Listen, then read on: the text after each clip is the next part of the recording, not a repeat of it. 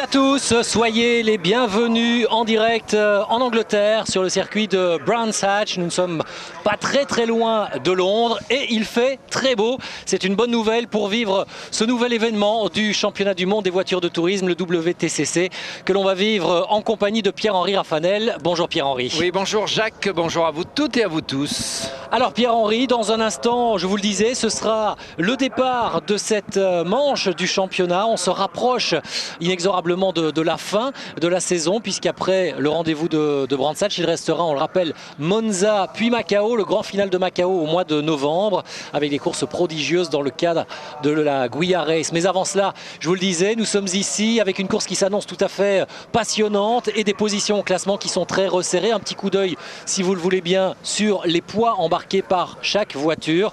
Vous le voyez, désormais on a atteint pratiquement la limite pour en tous les cas tous les candidats au titre, ou quasiment. James Thompson, Yvan Muller, Gabriele Tarquini, bien sûr les trois pilotes BMW qui sont en tête du championnat, que sont Jörg Müller, Augusto Farfus ou Andy Priaulx. Chacun a désormais le même handicap de poids. Il y avait également dans les paddocks hier le président de la FIA qui était en visite sur ce circuit de Brands Hatch, Max Mosley. Il n'a rien manqué des qualifications qu'il a suivies en compagnie de Jacques Béard et Marcello Lotti, les patrons du championnat. Max Mosley qui évoque le développement de ce championnat. Jusqu'à présent c'est parfait, ils ont réalisé un travail exceptionnel en étendant la présence au niveau mondial, avec l'arrivée notamment d'une course au Japon en 2008 ainsi que d'autres candidatures. Cela devient véritablement un championnat du monde. Max Mosley est également revenu sur l'émergence des nouvelles motorisations diesel, un moteur qui a notamment permis à Seat de s'imposer, c'était en Allemagne il y a 3 semaines. En ce qui concerne les moteurs essence et diesel, ils se rapprochent de plus en plus en termes d'efficacité. Les prochains moteurs seront probablement à égalité. Ensuite, ça vient en fait du baril de pétrole. Au niveau économique, il doit y avoir à la fois du diesel et de l'essence. Il y a donc de la place pour les deux. Et donc, ces deux technologies doivent continuer à exister. Et on ne doit pas mettre une technologie en avant plus qu'une autre. On doit obtenir plus d'efficacité pour une quantité identique de carburant et ce sera notre principe. Et puis le patron de la FIA a également insisté sur le fabuleux spectacle qu'il devrait y avoir aujourd'hui sur la piste avec des voitures extrêmement proches les unes des autres. Je pense que c'est très bien. Vous savez, les spectateurs vont assister à de belles courses. C'est tellement serré. Il y avait pratiquement 20 voitures en une seconde hier. Et les juges, ce sont les spectateurs et les téléspectateurs qui apprécient. Et bien voilà donc Max Mosley qui est venu rendre visite, preuve également que ce championnat est vraiment un championnat suivi en haut lieu également, puisqu'on vous le rappelle, le championnat du monde des voitures de tourisme est le 3e championnat labellisé championnat du monde FIA avec la Formule 1 et le championnat WRC, le championnat du monde des rallyes. Je vous le disais dans un instant, preuve que ces courses vont être fabuleuses. Il y aura une vingtaine de voitures qui hier se sont simplement séparées d'une petite seconde durant la séance d'essai. Une seconde parmi laquelle on regroupe donc 20 voitures.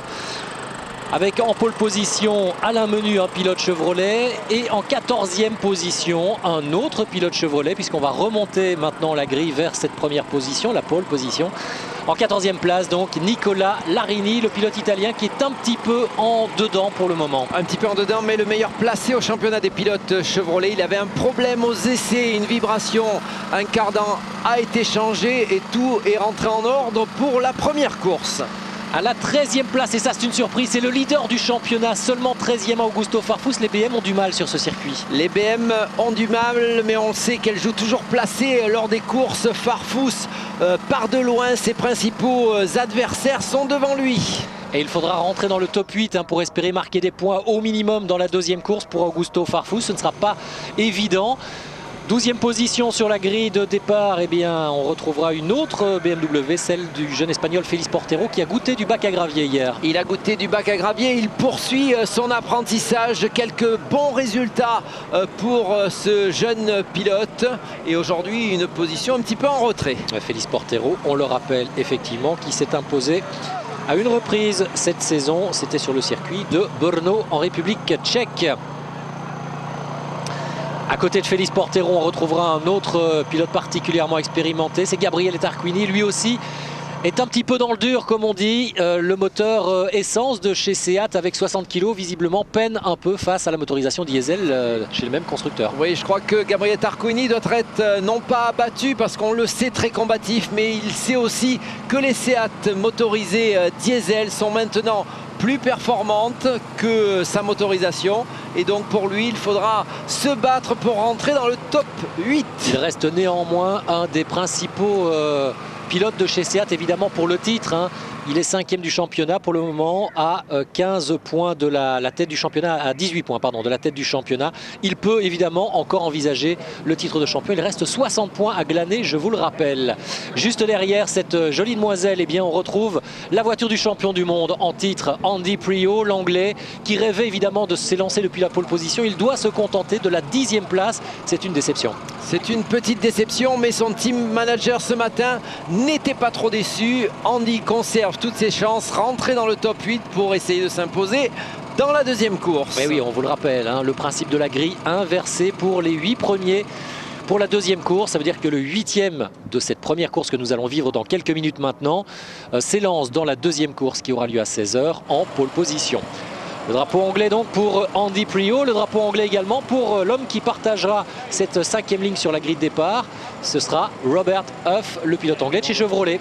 Pilote anglais qui a eu des soucis d'embrayage. Tout est rentré dans l'ordre pour ce pilote ce matin. 5e temps lors du warm-up. Robert Huff fera partie probablement des 8 et chez Chevrolet, on compte sur lui pour s'imposer éventuellement lors de la deuxième course. Vous avez vu également une des petites caméras qui nous permettra de vivre mieux encore la course de l'intérieur avec 6 caméras disséminées au travers donc 6 voitures de ce championnat du monde, des voitures de tourisme, tout ça pour que l'on vive cette course encore plus intensément. Juste devant Robert Huff, légèrement décalé bien sûr, sur l'autre côté de la piste, il y aura Jordi Gené, l'Espagnol, auteur du 8e chrono qualificatif. Oui, et c'est une performance, on va dire, moyenne, même s'il est 8e, parce qu'il a très peu de poids, Jordi Gené. Il a la motorisation diesel, donc ça pousse. Il y a de la puissance, il y a de la vitesse. Il n'a que 15 kg de handicap de poids. Et malgré cela, il est dominé. Et derrière, le Français Yvan Muller. Oui, incroyable, hein, c'est vrai. Quand va-t-on se rendre compte chez Seat qu'au niveau, en tous les cas, de la course, parce qu'on dit quand même que Jordi Gené est généralement un très bon pilote de développement, quand va-t-on se rendre compte qu'au niveau de la course, il est quand même un petit peu tendre et qu'il est beaucoup moins performant que les Muller ou que les Tarquini. Juste à côté de Jordi Gené, on retrouvera Jörg Müller. Attention, il est 3e du championnat. Il a cédé un petit peu de terrain lors du dernier rendez-vous d'Oschersleben. C'était chez lui en Allemagne. Il doit absolument aujourd'hui reprendre des points par rapport à ses adversaires. Il fera tout pour cela. Il avait un beau sourire parce que déjà il a dominé son coéquipier et leader du championnat Augusto Farfus, et il est aussi devant Andy Priaulx. Donc une position plutôt favorable pour le pilote allemand. Une vraie performance, alors que vous le voyez, le public a répondu en nombre à cette invitation du championnat du monde des voitures de tourisme. Une grosse performance réussie par le pilote indépendant Pierre-Yves Cortals. Le Belge, le Liégeois, est parvenu à monter sur la 3e ligne de la grille de départ. Il est 6e avec un gros moral pour lui. Oui, on se rappellera de son énorme accrochage. Il avait été sorti par Zanardi à Oschersleben. Beaucoup de travail sur sa voiture. Le moral est à la hausse et les performances aussi. Le moral aussi visiblement pour Hugues de Schonack et son pilote fétiche Yvan Muller, 5e sur la grille de départ avec un handicap de poids très important, on le sait, lié à cette motorisation diesel, mais qui semble vraiment très performante. Et du côté de chez BMW d'ailleurs, l'adversaire, on commence à craindre ce moteur TDI. On commence à craindre ce moteur TDI et on rappellera qu'Yvan Muller s'était imposé ici lors de la première course, donc il connaît bien le terrain. Il a effectivement du moral et avec sa motorisation diesel, ça pousse en ce moment.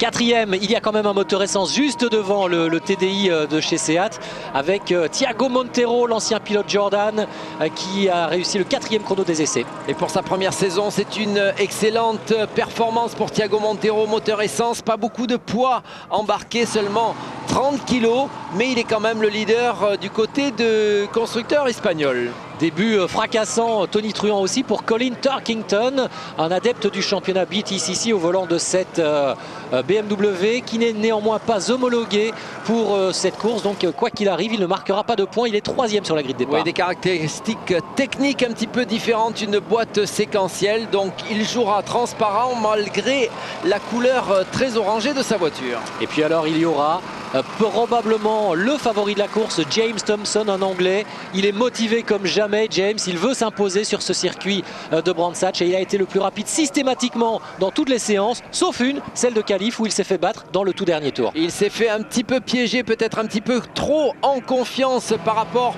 aux résultats des essais libres. Il s'est fait piquer la pole, pardonnez-moi de l'expression, par Alain Menu. Le vieux renard Alain Menu, le pilote de chez Chevrolet, 4e pole position cette saison pour Alain Menu, décidément le spécialiste de cet exercice. Est-ce qu'Alain Menu, le Suisse, va pouvoir, comme il l'avait fait l'an dernier, s'imposer dans une des deux courses ici même à Brands Hatch? C'est évidemment tout ce qu'on va lui souhaiter, hein, d'autant qu'il est particulièrement sympathique, Alain Menu.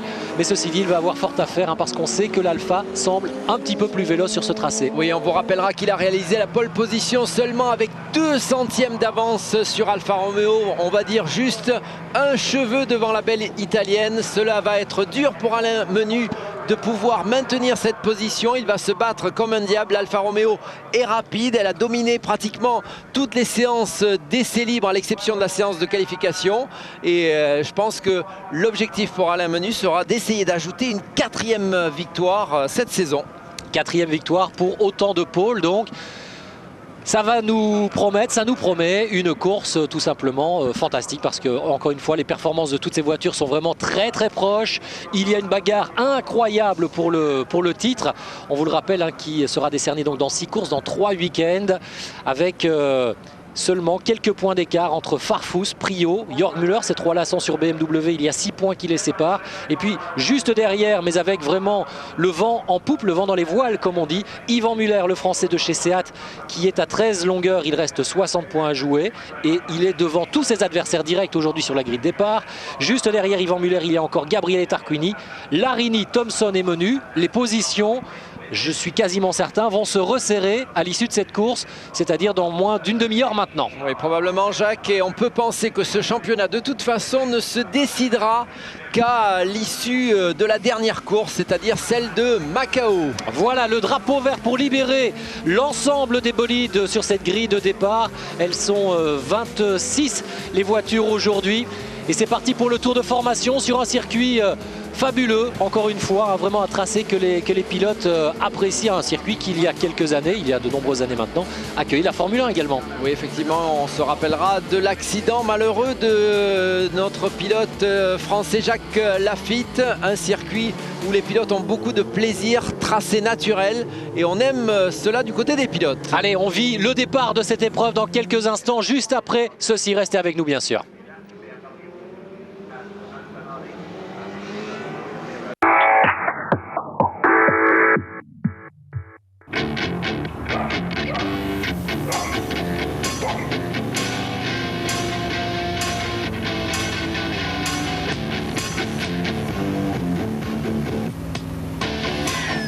Donnez une preuve d'amour à votre voiture. Essayez Castrol Edge, notre meilleur lubrifiant à ce jour.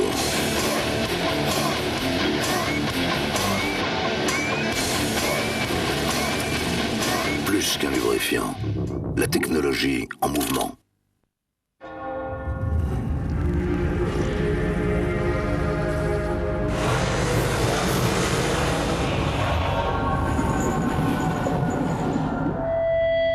Bienvenue en enfer.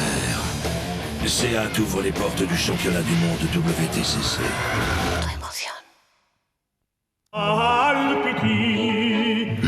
Ça vient d'où cette bonne odeur de pain chaud?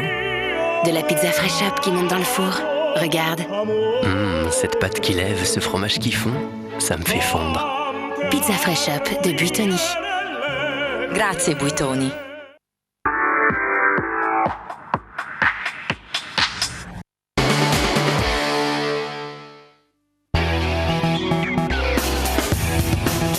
Avec les suspensions Monroe.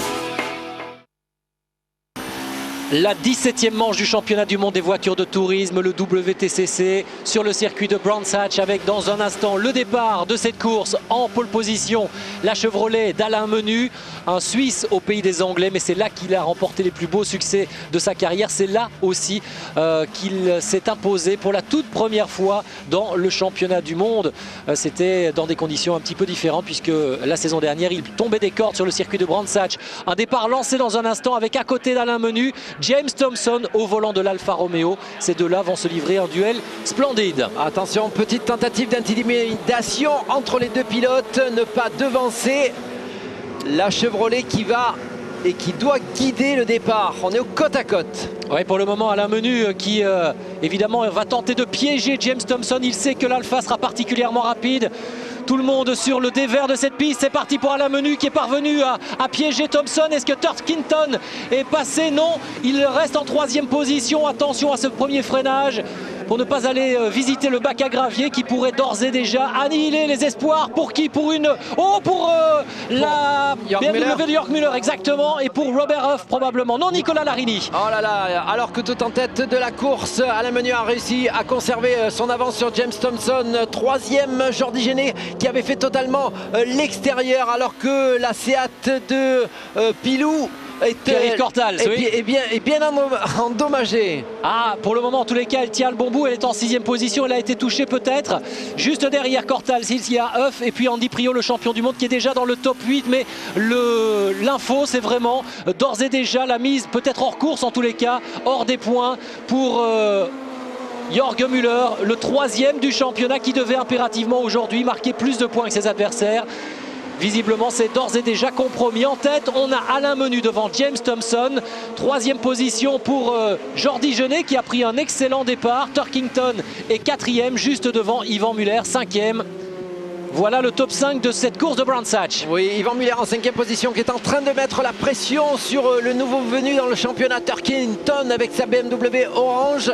On a vu, alors que le safety car va faire son apparition. Ouais, course neutralisée déjà. On a vu effectivement Turkington en 4e position se décaler pour empêcher Yvan Muller de passer. Il va y avoir un resserrement au niveau des positions de la course. On va garder cette position. Les tours ne vont pas être décomptés. Les deux premiers en tous les cas sous le régime de la voiture de sécurité. Exactement, exact. Jacques.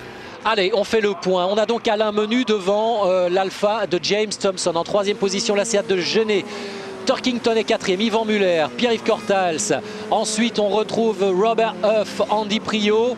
Et regardez, il y a eu plusieurs voitures. Celle de Nicolas Larini qui peut peut-être dire adieu désormais à ses espoirs, à ses ambitions de titre, alors que l'on va revoir le départ. Et regardez complètement sur la droite de l'écran, la Seat jaune de Jordi Géné avec la puissance de son moteur diesel et qui arrive à faire totalement l'extérieur. Oui, et le couple également, hein, très souple. Une voiture qui a pu bondir, jaillir des starting blocks, comme dirait Alexandre Pasteur. Et au premier virage, effectivement, Géné est là. En revanche, un contact entre effectivement une Seat et Jörg Müller. On va revoir qui était à l'intérieur. C'est à ce niveau-là et c'est entre Gabriele Tarquini, le contact entre Gabriele Tarquini et Jörg Müller qui aura causé ce 360 degrés. Portière contre portière, visiblement. On est dans un côte à côte avec un Tarquini légèrement en retrait, ce qui provoque ce tête à queue. S'ils sont véritablement côte à côte, effectivement, les deux voitures continuent. Là, on se touche, mais avec Jörg Müller qui est un petit peu en avance et donc ça déstabilise l'arrière de la voiture. Et le grand tête à queue. Et du coup, eh bien, Jörg Müller entraîne dans sa perte la Chevrolet de Nicolas Larini. Il a eu plus de chance. Hein. Et regardez, Montero également avait perdu beaucoup de place puisqu'il est tout en fond de peloton. Ça m'avait échappé. Oui, Montero qui s'est lancé en 4e position. Ah, oui. Donc, désormais, c'est peut-être Jordi Géné qui aura un rôle à jouer du côté de chez Seat.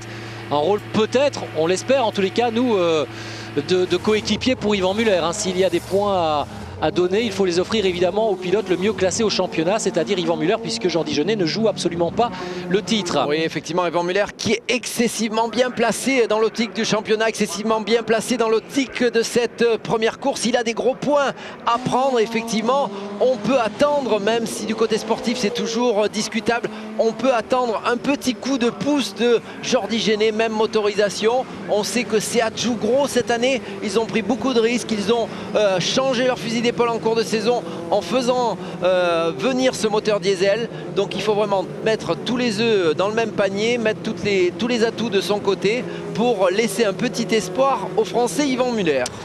Deux voitures ont été éliminées dans cet impact, celle du Russe Krylov et donc la Chevrolet de Nicolas Larini. Décidément malheureux Nicolas, il aura fait un début de saison fabuleux et puis là, cette fin de saison est un petit peu gâchée. La roue a tourné, il est passé, la chance en tous les cas n'est plus avec lui et malheureusement je pense qu'aujourd'hui il va abandonner définitivement tout espoir d'être titré parce que même dans la deuxième course il n'aura pas d'ambition de marquer des points. Non, ça va être compliqué pour Nicolas Larini puisqu'il ne s'était pas imposé une seule fois depuis le début de la saison, donc son résultat était dû à d'excellents résultats mais au niveau de la régularité, donc on voit mal un Nicolas Larini sur les dernières courses pouvoir rattraper ce retard. Ouais, surtout qu'il a d'ores et déjà 21 points de retard, il devrait avoir davantage encore de points de retard à l'issue de ce week-end de Brands Hatch. On a vu Charlie Lam un petit peu soucieux tout à l'heure de voir Jörg Müller passer par le bac à gravier et repartir depuis quasiment la dernière position. Désormais il est 21e Jörg Müller, donc pour lui aussi ça va être difficile de marquer des points dans cette première course. Des soucis aussi, le sourire pourtant pour Nicolas Larini. De toute façon il ne peut plus rien en faire, voilà exactement, il n'est pas responsable non plus de ce qui lui est arrivé. On avait aussi des grimaces sur le visage de Jaime Puig qui lui aussi se demande si ça peut passer aujourd'hui, s'il peut aller chercher un succès avec Jordi Genet ou avec Yvan Muller. Et le Russe Krylov qui n'aura pas parcouru beaucoup de distance, il était le remplaçant de Sadredinov, l'autre Russe qui avait eu un petit problème de passeport pour disputer la course de Brands Hatch. Krylov en remplacement écourté. C'est reparti, après 2 tours sous le régime, la voiture de sécurité.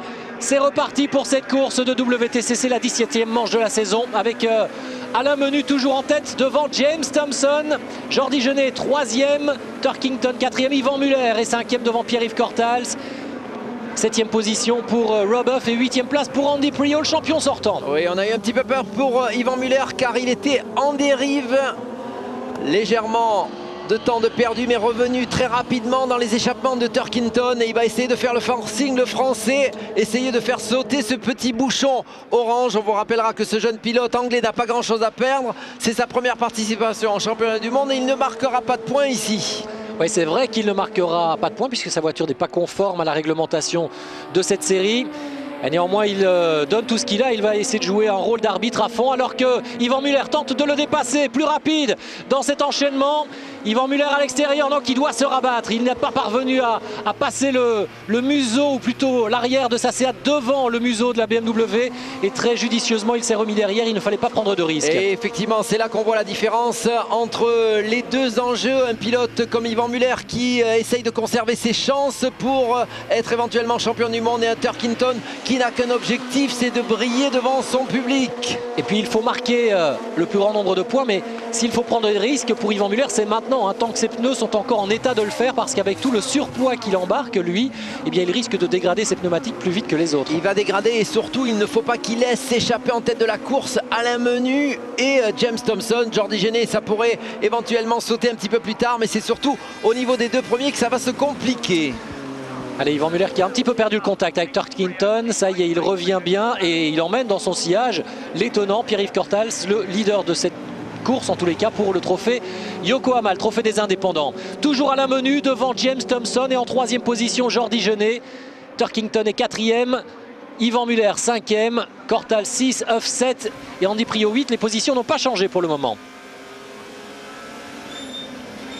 Et Alain Menu mis sous pression évidemment par James Thompson. On sait que l'Alpha est un petit peu plus rapide. Vous avez vu l'arrière gauche de la Chevrolet légèrement se soulever dans ce virage.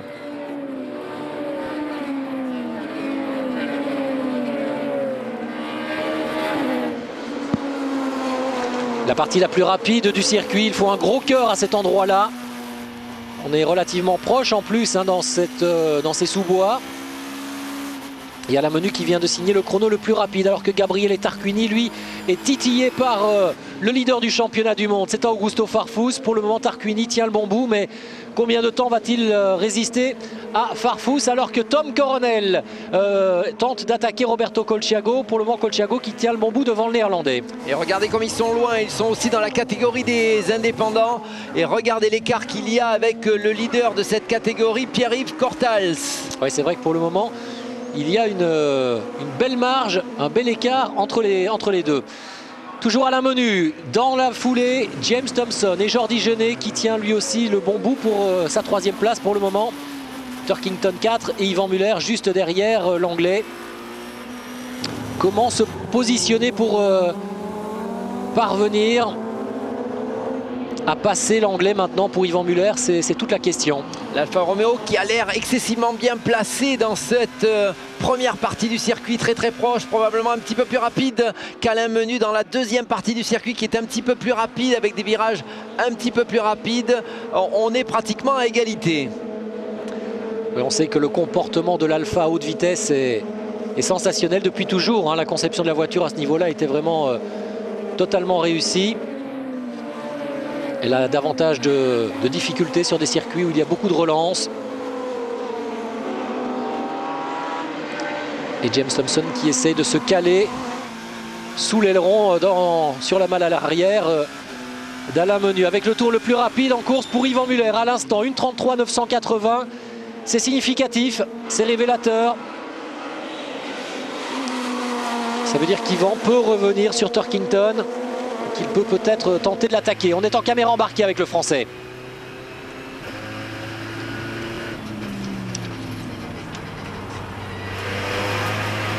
Est-ce que vous avez pu peut-être entendre, c'est justement le silence relatif de ce moteur diesel. Yvan d'ailleurs nous disait, c'est un des problèmes de ce moteur diesel, on l'entend pratiquement pas, du coup on se demande si on va vite ou pas. Oui effectivement, et on est obligé aussi d'adapter son style de pilotage, ne pas tirer haut dans les rapports. On a beaucoup de couples, donc il faut jouer sur cet atout-là. Donc on peut effectivement dans les premiers milliers de tours moteurs avoir tout le couple nécessaire.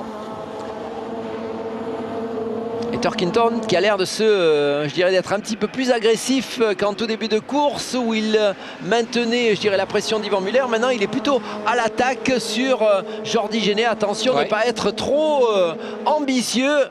Briller devant son public. Ah oui, ça c'est l'ambition unique. Ne pas unique. commettre l'irréparable. Une petite erreur. Et attention, Yvan Muller qui essaye de profiter de l'inspiration. Et qui attaque l'Anglais. À cet endroit-là, c'est un petit peu difficile. Allez, on avait perdu l'image. Elle est revenue. Muller avec Turkington, attention, pousser peut-être aussi l'Anglais à la faute, ça c'est une des spécialités d'Yvan Muller. Un pilote, regardez, qui déboîte à droite, à gauche, qui déboule dans les rétroviseurs évidemment de Turkington, histoire de déconcentrer un petit peu l'Anglais, de le faire se focaliser sur ses rétroviseurs et l'empêcher de regarder bien droit devant lui. Mais pour l'instant, Turkington n'a pas l'air d'être totalement en dérive. Il est un petit peu ralenti, il a perdu un petit peu de terrain sur Jordi Genet qui est 3e actuellement. Mais pour l'instant, il ne commet pas d'erreur. On le sent pour l'instant totalement maître de son véhicule. Ouais, ça a permis en tous les cas à Jordi Genet de reprendre un petit peu d'espace avec une nouvelle attaque d'Yvan Muller à cet endroit. Ah, il a dû, autour des 2-3 premiers tours, visualiser les endroits où Turkington était très bien et ceux où il est beaucoup moins bien. Mais les possibilités de dépassement ne sont pas très nombreuses. Attention, une petite dérive de Turkington. Pas de possibilité pour Yvan Muller se rapprocher. Oui, avec Robert Huff qui s'est rapproché lui aussi petit à petit de Pierre-Yves Cortals. Et tous ces pilotes profitent actuellement du léger bouchon que fait le nouveau venu dans ce championnat, Turkington, avec sa BMW orange. Une voiture, on le rappelle, hein, qui, quel que soit son résultat, son classement, ne marquera pas de points. C'est important pour Yvan Muller parce que là, ça veut dire qu'avec cette 5e position à l'heure actuelle, il marque les points de la 4e place, c'est-à-dire 5 points pour le championnat. Ça peut changer évidemment les choses. Et dans cette perspective-là aussi, on se demande est-ce que Jordi Genet, toujours dans le rôle de l'équipe, n'aurait pas intérêt pour Yvan Muller à se laisser passer et par Turkington et par Yvan Muller. Oui, effectivement, pour l'instant, soit il y a deux stratégies, soit il a les moyens d'aller s'imposer, et puis pour Seat, ça serait une victoire de la première course qui est toujours importante, soit il n'a pas les moyens. À ce moment-là, au lieu de se contenter d'une 3e place, il faut absolument qu'il aide Yvan Muller dans sa quête de championnat. Quête de points important pour Yvan Muller. Il est toujours en course, le Français. 4e position au championnat. Il est seulement à 13 points, un petit peu plus. Yvan, oui, il est à 13 points, à 13 unités d'Augusto Farfus. Ça veut dire que là, à l'heure actuelle, il pourrait revenir à 8 longueurs, pardon, à 8 points d'Augusto Farfus seulement. Hein. Donc c'est important. Attention, Jordi Genet qui est sorti un petit peu large derrière Alain Menu et James Thompson. Le Suisse toujours en tête alors qu'il reste 7 tours à effectuer. Et alors que les nuages commencent à s'amonceler dans le ciel quasiment londonien. C'est vrai qu'il faisait beau, Jacques, mais on avait quand même annoncé 25% de probabilité de pluie aujourd'hui. Il reste 7 tours, Pierre-Henri.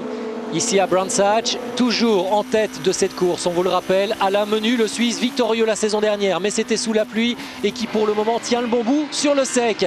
Il devance l'Anglais James Thompson, Jordi Genet est 3e, Turkington 4, Yvan Muller est 5e, tout en marquant les points pour le moment de la 4e place, on vous le rappelle. Juste derrière, il y a le leader du Trophée des Indépendants, c'est Pierre-Yves Cortals, puis la Chevrolet de Robuff et Andy Priault que l'on voit ici débouler en 8e position.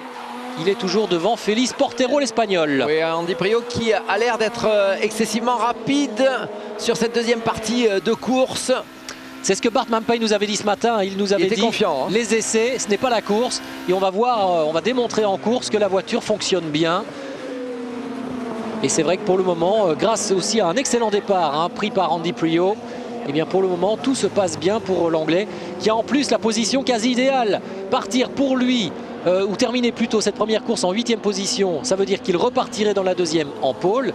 Et on sait l'avantage qu'a la BMW lors du départ arrêté, ce sera le cas en 2e course.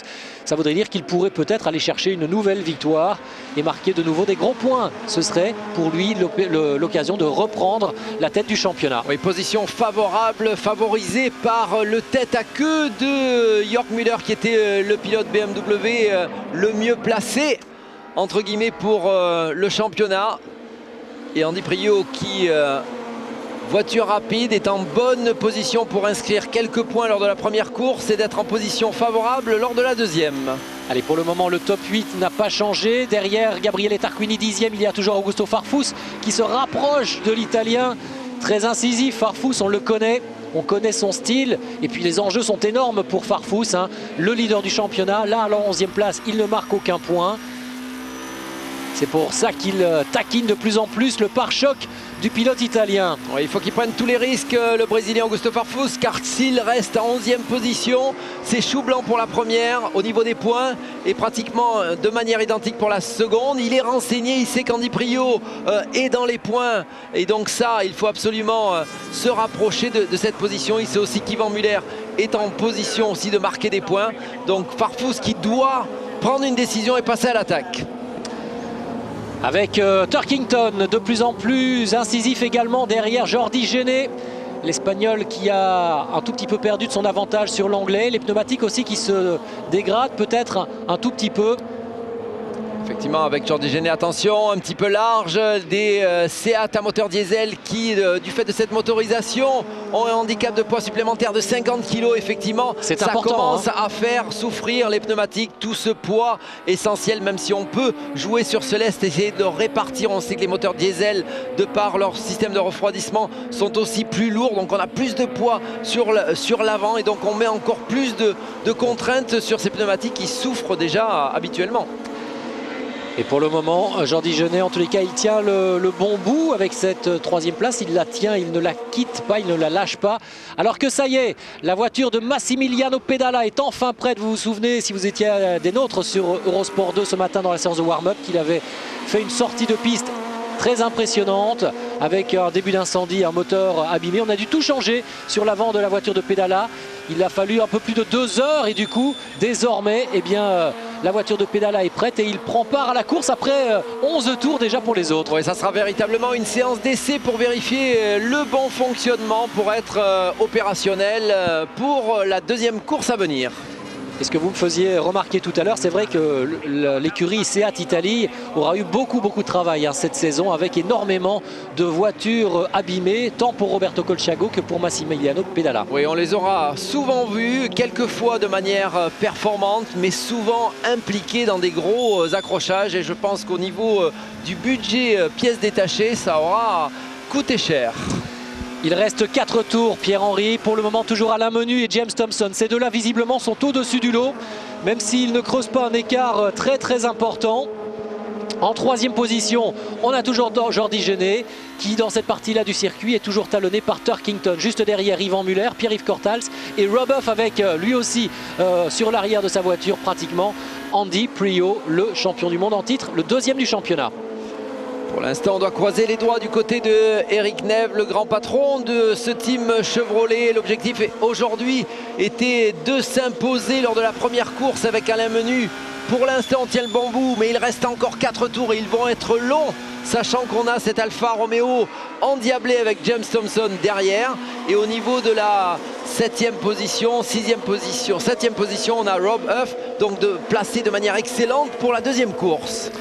Ouais, Robuff, effectivement, qui tient toujours pour le moment son compatriote et champion en titre, Andy Priaulx en respect. Et puis il y a cette belle bagarre entre Gabriele Tarquini et Augusto Farfus pour la 10e place. Mais pour le moment aussi, toujours l'Italien qui empêche Farfus de passer. Et Tarquini, il joue aussi le rôle de coéquipier modèle dans cette position. 10e, il ne marque aucun point. Donc l'objectif pour Gabriele Tarquini, c'est de retarder le plus possible la remontée éventuelle d'Augusto Farfus. Et le privé de points. Et le privé de points. Et donc indirectement aider Yvan Muller à en récupérer un maximum. Allez, Turkington une nouvelle fois à l'assaut de Jordi Genet qui sort de plus en plus large à cet endroit. Ça ne le pénalise visiblement pas trop pour le moment. Oh, Turkington qui essaye de s'infiltrer. Genet ferme la porte astucieusement et ça va permettre peut-être à Yvan Muller de boucher un petit peu le petit trou qui le séparait de ces deux voitures.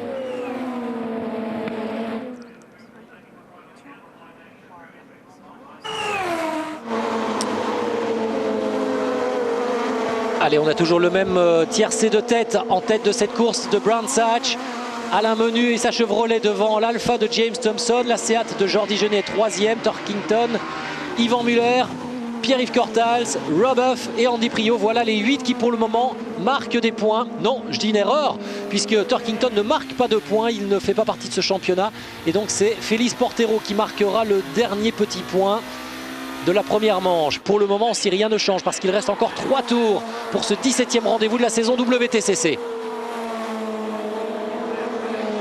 Rob Huff sous pression, menacé par Andy Priaulx. Andy Priaulx qui ne sait peut-être pas trop quoi faire actuellement, prendre plus de risques, essayer de grappiller quelques points ou au contraire conserver cette position pour être en première ligne lors de la deuxième course. Turkington qui tout à l'heure avait tenté l'extérieur à cet endroit-là, il ne pouvait évidemment pas passer.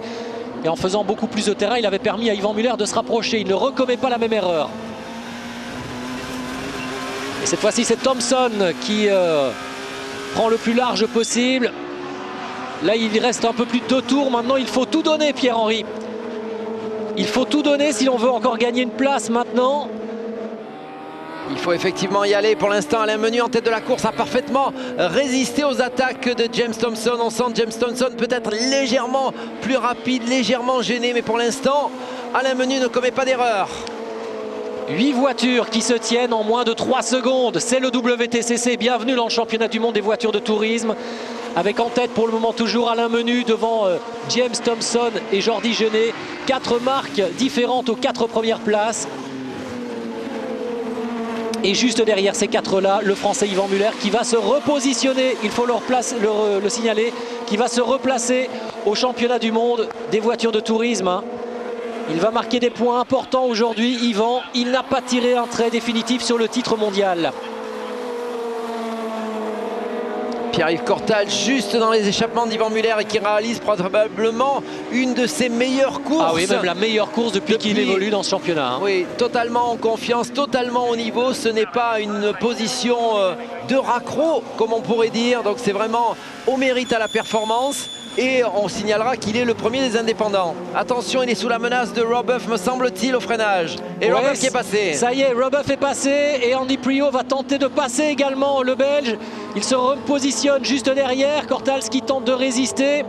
Ah, c'est important hein, pour Pierre-Yves Cortals, ça l'est un petit peu moins, même si lui doit impérativement terminer parmi les 8 premiers. C'est important pour Andy Priaulx d'aller chercher peut-être, pourquoi pas, un deuxième petit point. Oui, Pierre-Yves Cortals qui vous avait confié, Jacques, vouloir ne pas prendre de risques. Ce qui était important pour lui, c'est le classement au niveau des indépendants. Il est le leader de cette course. Et donc, bien entendu, il préférerait être 6e ou 7e que 8e, mais le plus important, c'est son classement au niveau des indépendants. Oui, à 1 tour et demi de l'arrivée désormais. Robuff qui vient de s'emparer de la 6e place et qui peut fondre désormais. Vous voyez que rapidement, l'Anglais, alors qu'il y a eu un léger contact, hein, Andy Priaulx est venu tâter de l'aile arrière droite de Pierre-Yves Cortals. Et un petit peu déstabilisé Pierre-Yves Cortals dans ce dépassement. On voit le terrain qu'il a perdu sur Robuff. Ah, et Jordi Genet qui s'est fait passer par Turkington. Jordi Genet qui s'est fait passer. Est-ce que maintenant Yvan Muller va pouvoir suivre également la voie? Oui, ça c'est astucieux, mais et ben voilà, pour Yvan Muller en tous les cas c'est excellent dans ce dernier tour parce qu'il va marquer des points de plus. 6 points désormais pour Yvan Muller, il se rapproche un peu plus de la tête du championnat. Excellente opération pour le Français. Attention, Jordi Genet de ne pas se faire piéger désormais par Robuff. Hein. Oui, Jordi Genet maintenant qui va être sûrement beaucoup plus combatif et qui a voulu, en le faisant devant les stands, bien montrer à tout le monde que c'était quelque chose, je dirais, on concédait une place. Quelquefois on peut faire ça sur l'arrière du circuit, peut-être on s'en aperçoit un petit peu moins.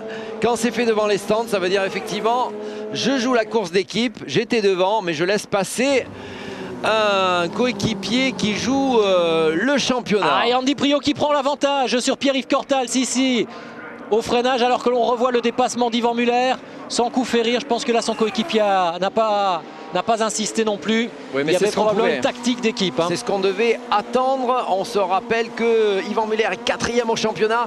Il est devant ses principaux adversaires. Il est devant Augusto Farfus, devant Jörg Müller et devant Andy Priaulx. Donc il y a des points importants à récupérer aujourd'hui. C'est ce qu'il est en train de réaliser. Yvan Muller qui pour le moment marquerait 6 points. 6 points, il se rapprocherait à 7 unités seulement du leader du championnat. Augusto Farfus qui lui ne marque pas de points.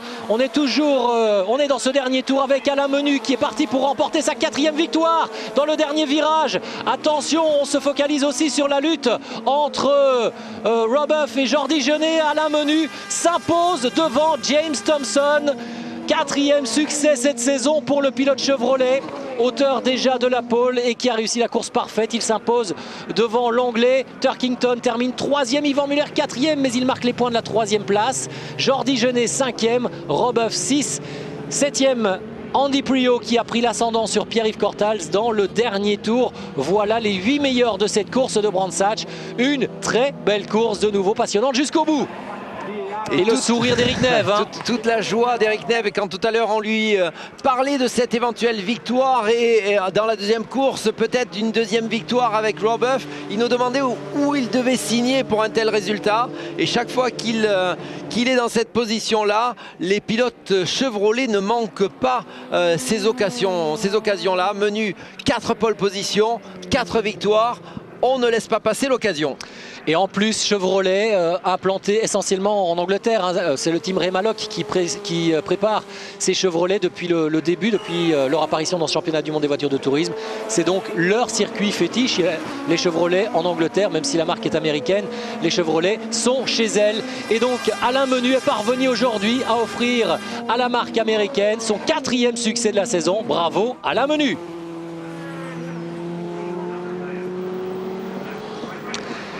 Splendide, le Suisse pour la deuxième fois victorieux sur ce tracé de Brands Hatch qui s'impose devant James Thompson. La très belle opération également pour le Français Yvan Muller au volant de sa Seat. Il prend 6 points aujourd'hui et se rapproche un peu plus encore de la tête du championnat. Une tête que récupère Andy Priaulx. On se retrouve dans un instant.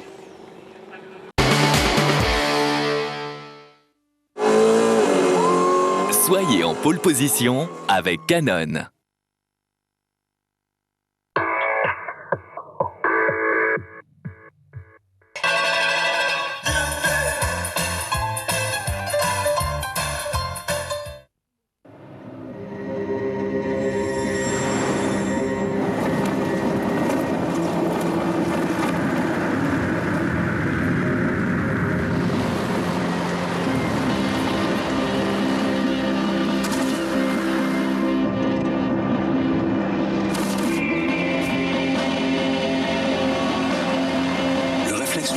EOS 400D est arrivé. Bienvenue dans l'ère de jeu. Canon, you can.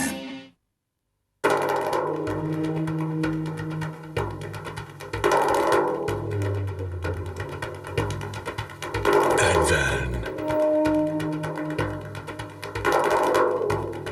Yokohama.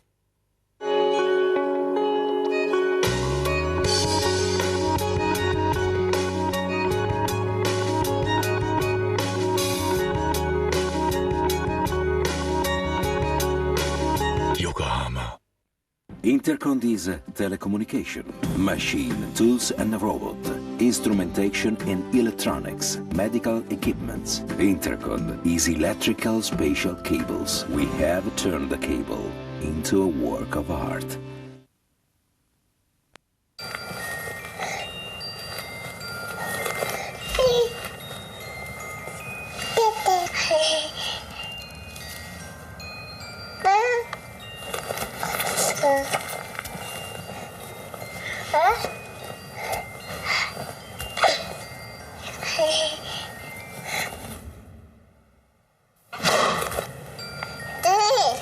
BNP Paribas, partenaire du tennis, de tous les tennis. Tous les forfaits électricité et gaz sur Poeo.com. L'énergie positive Poeo.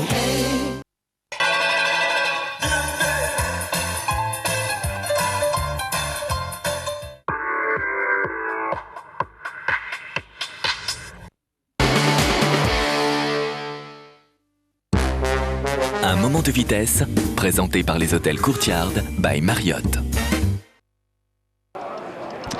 Et bien voilà, le héros de cette première course de Brands Hatch, la 17e course du championnat du monde des voitures de tourisme, c'est Alain Menu, le Suisse qui nous a encore surpris. 4e victoire cette saison pour Alain Menu, c'est incroyable ce que le pilote suisse parvient à faire. Bravo aussi à Pierre-Yves Cortals qui termine parmi les grands, parmi le top 8 et il remporte la course du trophée des indépendants. Il marque des points précieux puisque c'est Colchiago dans ce trophée qui prend la 2e place, Rangoni la 3e et Dasté la 4e.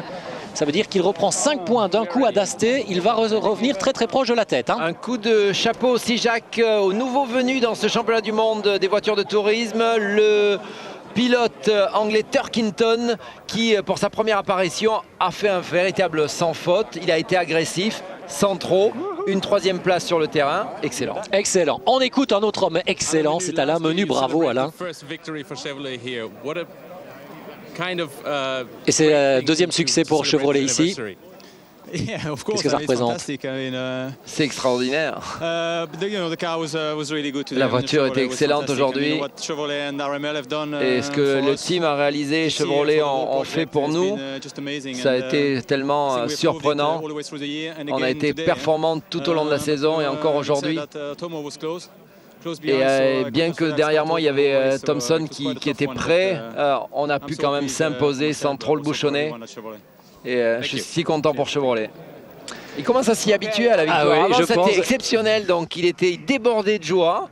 Maintenant, c'est quand même un peu plus intériorisé. C'est la 4e de la saison. 4 cette saison, plus une l'an dernier, puisqu'il s'était déjà imposé ici à Brands Hatch. C'était sous la pluie d'ailleurs l'an dernier. On se disait, oui, cette victoire, elle est très belle pour Chevrolet. C'était la toute première dans ce championnat du monde, mais on se disait, elle est peut-être aussi le fruit des éléments, des conditions météo. Et bien, depuis le début de cette saison, Chevrolet s'est hissé au niveau des autres et il remporte des courses vraiment de toute beauté, en partant en pôle et en restant devant. On félicitera James Thompson, bien sûr, brillant deuxième au volant d'une voiture que l'on dit vieillissante maintenant depuis 2 ou 3 années et qui parvient encore à tirer vraiment toute la quintessence de cette voiture. Turkington 3e. Et puis, on souligne évidemment la superbe affaire d'Yvan Muller.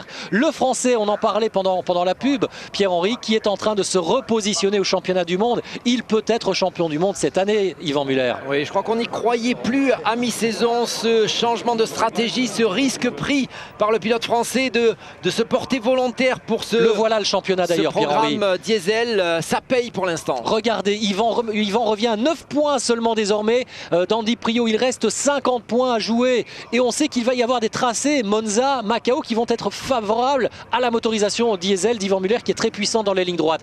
Ça veut dire qu'Yvan Muller a vraiment un très très beau coup à jouer. Aujourd'hui, dans la deuxième course, il devrait, on va croiser les doigts, sauter d'ores et déjà Jörg Müller, peut-être même Augusto Farfus pour se repositionner autour, derrière peut-être Andy Prio, mais en tous les cas c'est vraiment une très très belle opération réussie par le Français. Belle opération aussi pour Alain Menu qui peut espérer encore, comme James Thompson, peut-être jouer le titre, même si pour eux ça devient quand même beaucoup plus aléatoire. Il reste à pratiquement 16 points de la tête du championnat. On va marquer une courte pause si vous le voulez bien et puis on se retrouvera dans un instant avec les réactions bien sûr.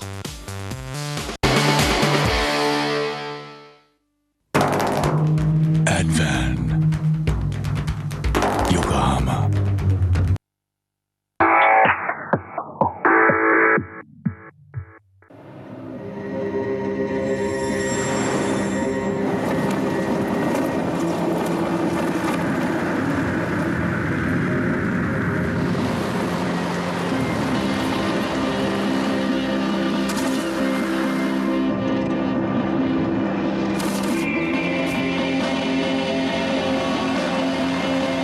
Numérique EOS 400D est arrivé.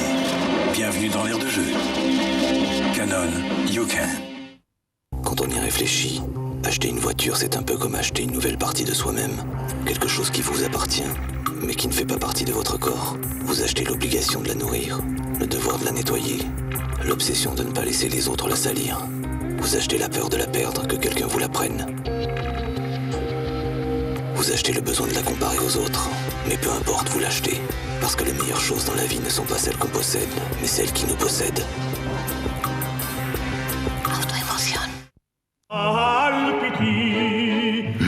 Ça vient d'où cette bonne odeur de pain chaud? De la pizza Fresh Up qui monte dans le four. Regarde. Cette pâte qui lève, ce fromage qui fond, ça me fait fondre. Pizza Fresh Up de Buitoni.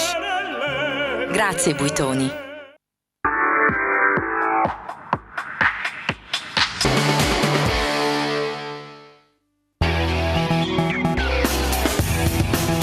Avec les suspensions Monroe. Et l'hymne anglais pour célébrer la victoire du préparateur Ray Mallock pour les Chevrolet sur ce tracé de Brands Hatch.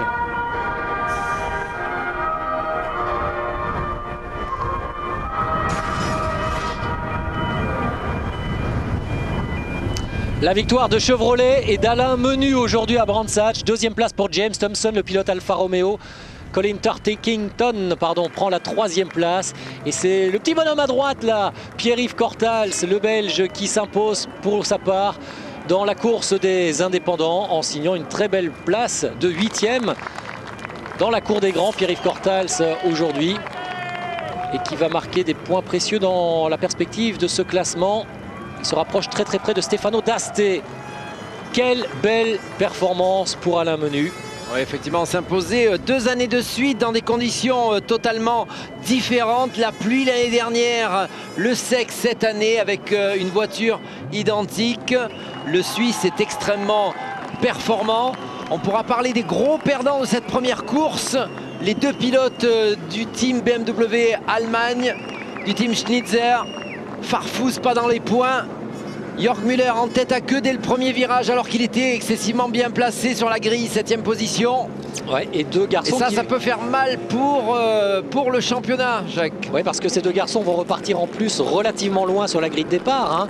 Tout à l'heure, Farfus, à partir de 16h, en direct sur l'antenne d'Eurosport, Farfus s'élancera depuis la 11e place, la 6e ligne sur la grille de départ.